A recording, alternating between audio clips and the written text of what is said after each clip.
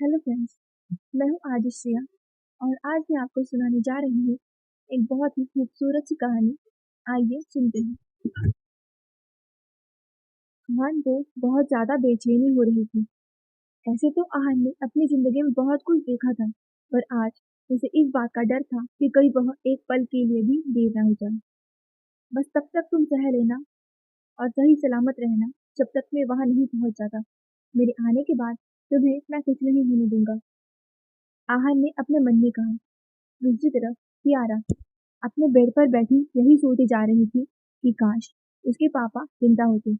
शायद उसे आज यह शादी करने की जरूरत नहीं पड़ती, पर उसने अपने आप को समझा लिया था कि वह अपने पापा के लिए यह शादी जरूर करेगी, क्योंकि उसके पापा की यह आखिरी इच्छा थी। पहले माँ आप मुझे छोड़कर चली गई, अब पापा। मेरे जीने का वैसे भी कोई मकसद नहीं है, पर पापा आपकी आखिरी इच्छा के लिए मुझे जीना ही पड़ेगा। कियारा ने अपनी आंखों में आंसू साफ करते हुए कहा। फिर अपने सामने पड़े शादी के जोड़े को उठाया और तैयार होने के लिए चली गई। शादी के लिए महल को ज्यादा नहीं सजाया गया था, क्योंकि कुछ दिन पहले ही हर्षी की मौत हुई थी और मेनका जी और बाकी सब नहीं चाहते थे कि इस शादी की खबर बाहर तक जाए और जिसके साथ हर्षी ने कियारा की शादी तय की है उसे पता चल जाए। कियारा ने खुद को आईने में देखा। लाल कलर के शादी के जोड़े में वह बहुत खूबसूरत नजर आ रही थी। कियारा का सजने संवरने का मन नहीं था, इसीलिए उसने बहुत कम मेकअप किया था, पर फिर भी उसकी खूबसूरती देखकर कोई भी बेहोश हो जाए। कियारा को तो वैसे भी किसी भी मेकअप की जरूरत ही नहीं थी। लाल कलर के हाथों में कंगन, हरे कलर की ज्वेलरी और होठों पर डार्क रेड कलर की लिपस्टिक। बस एक ही चीज की कमी खल रही थी और वह थी कियारा की खूबसूरत मुस्कान, जो कि कियारा नहीं तो जबरदस्ती लाने की कोशिश कर रही थी और ना ही वह लाना चाहती थी। तभी कियारा के रूम में मेनका जी आई। उन्होंने मुस्कुराते हुए कियारा की तरफ देखते हुए कहा, मेरी बेटी कितनी खूबसूरत लग रही है, किसी की नजर न लगे तुम्हें। कियारा उनकी तरफ बिना किसी एक्सप्रेशन के देख रही थी। वह अपनी ही किसी दुनिया में खोई हुई थी। मेनका जी ने कियारा का हाथ पकड़ा और उसे अपने साथ ले जाते हुए कहा, मुझे तुम्हें बुला रही है, चलो चलते हैं। यह कहकर मेनका जी कियारा को अपने साथ लेकर जाने लगी। कियारा ने सीढ़ियों से नीचे जा रही थी तब उसने देखा हॉल में एक खूबसूरत सा मंडप सजा हुआ था। उसमें पंडित जी और एक लड़का शेरवानी और साफा पहने बैठा हुआ था। दूल्हे ने सहरा पहन रखा था, इसीलिए कियारा को उसका चेहरा न तो दिखाई दे रहा था। कियारा ने देखा वहां पर एक 50 से 55 साल की औरत और लगभग 57 साल का आदमी खड़ा है। शायद वह दूल्हे के माँ बाप थे। मेनका मुस्कुराते हुए कियारा को लेकर नीचे आई और एक तरफ सबके पास जाते हुए कहा, वह कियारा अकेली तैयार हो रही थी ना, इसीलिए उसे थोड़ा सा टाइम लग गया। यह कहते हुए मेनका जी ने कियारा को मंडप में बैठा दिया। पंडित जी मंत्र बोलना शुरू कर दिए थे। पंडित जी ने कहा, कन्या का हाथ कृपया दूल्हे के हाथ पर रखिए। यह सुनकर जैसे ही कियारा अपना हाथ दूल्हे के हाथ में देने वाली थी, उसकी नजर वहीं पड़े पानी के कलश पर गई, जिसमें दूल्हे का चेहरा साफ दिखाई दे रहा था। वह आहान नहीं था। कियारा को जैसे ही यह पता चला, वह तुरंत अपनी जगह से खड़ी हो गई। कियारा को ऐसे खड़ा होते देख वह सब लोग हैरान रह गए। मोहन जी ने आगे आकर पूछा, क्या हुआ बेटा, तुम ऐसे बीच में ही क्यों खड़ी हो गई? यह वह नहीं है, वह इंसान नहीं है जिसके साथ पापा ने मेरी शादी तय की थी, कियारा ने चिल्लाते हुए कहा और एक झटके में दूल्हे के चेहरे से चेहरा हटा दिया। वह आदमी और कोई नहीं, मेनका का भतीजा था, जिसे कियारा ने पहले भी एक दो बार देखा था। मोहित तुम? कियारा ने हैरानी से कहा। वह लड़का मोहित भी अपनी जगह से खड़ा हो गया। मेनका जी ने आगे आकर कहा, कियारा अभी तमाशा मत करो, चुपचाप बैठो, ऐसे बीच में उठना अपशगुन होता है। मेनका जी की बात सुनकर कियारा ने उनकी तरफ देखकर कहा, चाची, आप सबने कहा था ना, आपने मेरी शादी उसी से तय की है जिसने मेरे पापा ने तय की थी, फिर यह सब क्या है? कियारा मेरी बेटी, मेरी बात सुनो। तुम शादी कर लो, उसके बाद मैं तुम्हें सब कुछ अच्छे से समझा दूंगा। मोहन जी ने प्यार से कियारा को समझाते हुए कहा। पर कियारा तो जैसे किसी की बात मानने को तैयार ही नहीं थी। वह मंडप से बाहर आ गई। उसने सबकी तरफ देखते हुए कहा, नहीं, मैं यह शादी बिल्कुल नहीं करने वाली। इस बार फिर से मेनका जी का गुस्सा उनके काबू से बाहर हो गया। उन्होंने आगे बढ़कर कियारा के गालों पर 2 थप्पड़ लगाकर कहा, तुम्हें तो यह शादी करनी ही पड़ेगी, चाहे फिर मुझे तुम्हारे साथ जबरदस्ती ही क्यों ना करनी पड़े। मेनका, इसे जल्दी से मंडप में बैठाओ। मोहन जी ने कियारा को देखते हुए मेनका से कहा। मैंने कहा ना कि मैं शादी नहीं करूंगी, चाहे कुछ भी हो जाए। चाचू, आपने तो कहा था ना, आप मेरे साथ है हमेशा। मेरे साथ कभी कोई जबरदस्ती नहीं होगी। फिर भी आप चाची को यह सब करने के लिए क्यों कह रहे हैं? यह कहते हुए कियारा रोने लगी। तुम्हें क्या लगता है मोहन जी मुझे रोकेंगे? वह खुद इस सब में शामिल है और तुमको सिर्फ शादी करनी है, मोहित से ही करनी है। या तो इज्जत से हमारी बात मान लो, या फिर मैं तुम्हारे पैर तोड़कर यह शादी करवाऊंगी। मेनका जी ने नफरत से कियारा से कहा। कियारा ने देखा उसके चाचा, रोहन, सब लोग वहां पर खड़े सब तमाशा देख रहे हैं। कियारा ने अपनी आंखों में आंसू लिए सबकी तरफ देखा और पूछा, आप सब लोग यह क्यों कर रहे हैं? आपको चाहिए क्या मुझसे? मैंने आपका क्या बिगाड़ा है? मैंने आपका क्या बिगाड़ा है? आप सब तो मेरा अपना परिवार है ना? जी मुझसे बहुत ज्यादा प्यार करता है। कोई प्यार व्यार नहीं करते हम तुमसे। और तुम्हें क्या बिगाड़ा है? हमने तुमने हमारा तुम्हारी वजह से मुझे आज तक मेरा हक नहीं मिला। मैं सिर्फ तुमसे नफरत करता हूँ, नफरत। मेरा बस चलता तो मैं तुम्हें बचपन में ही मार डालता। रोहन ने कियारा की तरफ देखकर कहा। कियारा रोहन की बात सुनकर हैरान रह गई। उसने तो हमेशा से ही रोहन को अपना बड़ा भाई माना था, पर आज उसके सामने उसके सारे परिवार की सच्चाई थी, जो हमेशा उसके पापा उसे दिखाना चाहते थे। क्यों? आप मुझसे इतनी नफरत क्यों करते हैं भाई? कियारा ने पूछा तो मेनका जी ने कियारा की तरफ देखकर कहा, क्योंकि तुम्हें हमेशा मेरे बच्चों का हक छीना है। पहले तो उस बुड्ढे को सारी जायदाद विरासत में मिल गई और उसके बाद उसने सारी जायदाद तेरे नाम कर दी। तुम लोग सिर्फ मेरे बच्चों को और मुझे अपना नौकर बनाना चाहते हो, पर मैं यह होने नहीं दूंगी। चाची, मैं हमेशा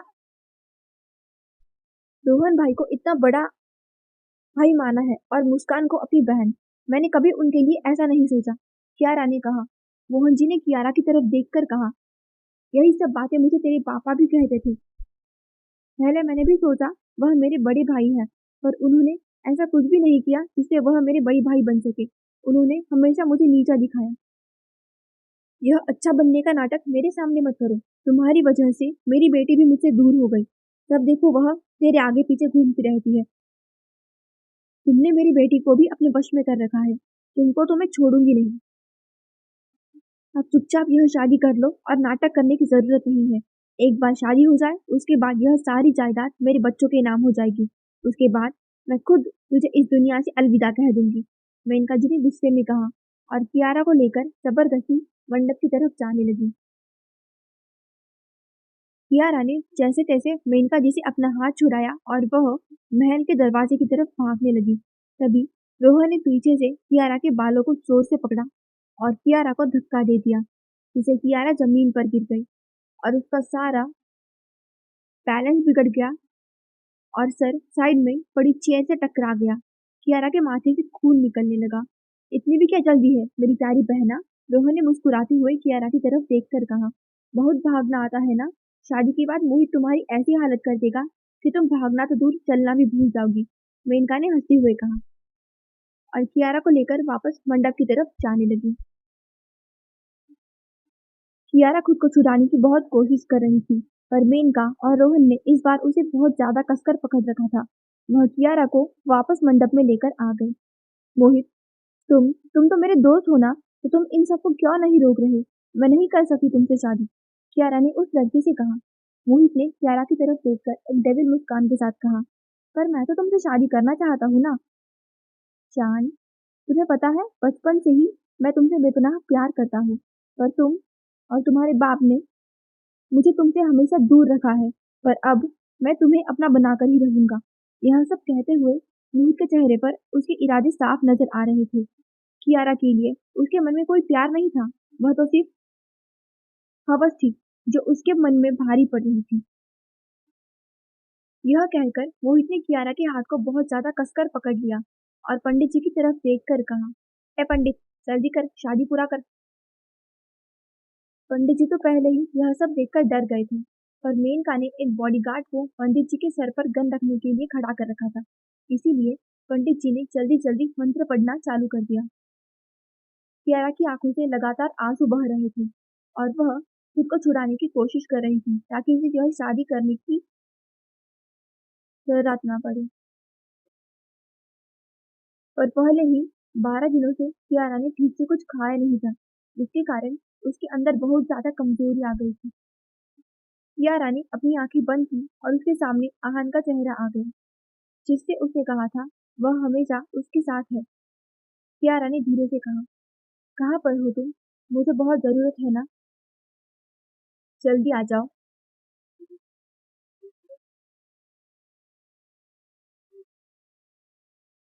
दोनों फेरों के लिए खड़े हो जाइए, पंडित जी ने कहा। कियारा खड़ी नहीं हो रही थी, इसीलिए मोहित ने कियारा को जोर से खींचा और वह खड़ी हो गई।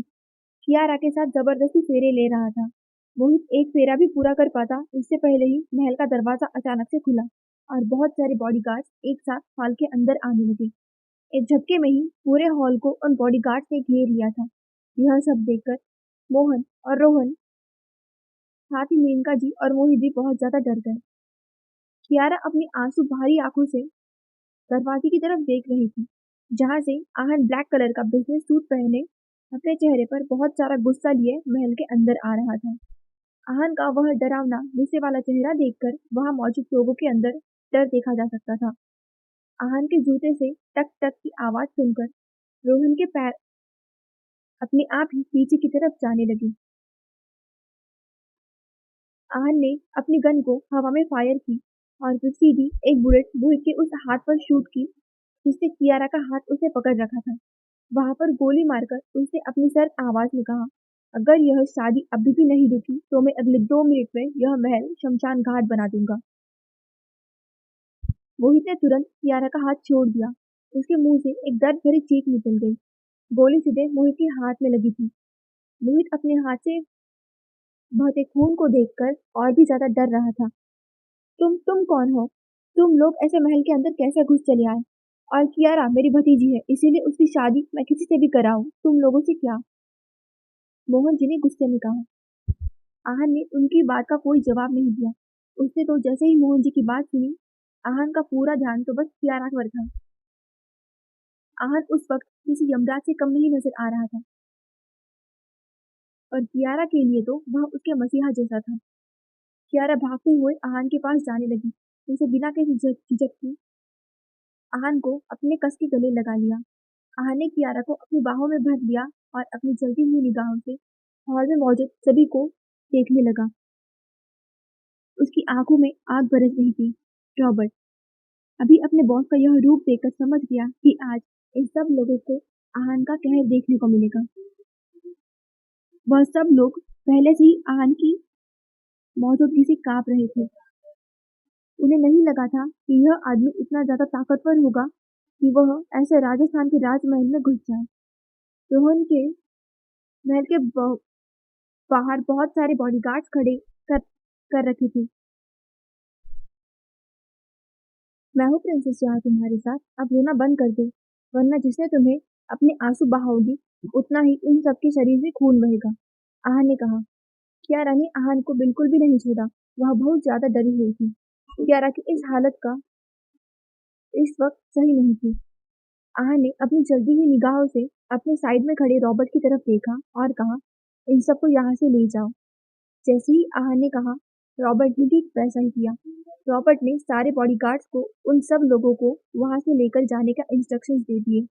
वह सब लोग मोहन, रोहन और मेनका जी वहां से लेकर जाने लगे।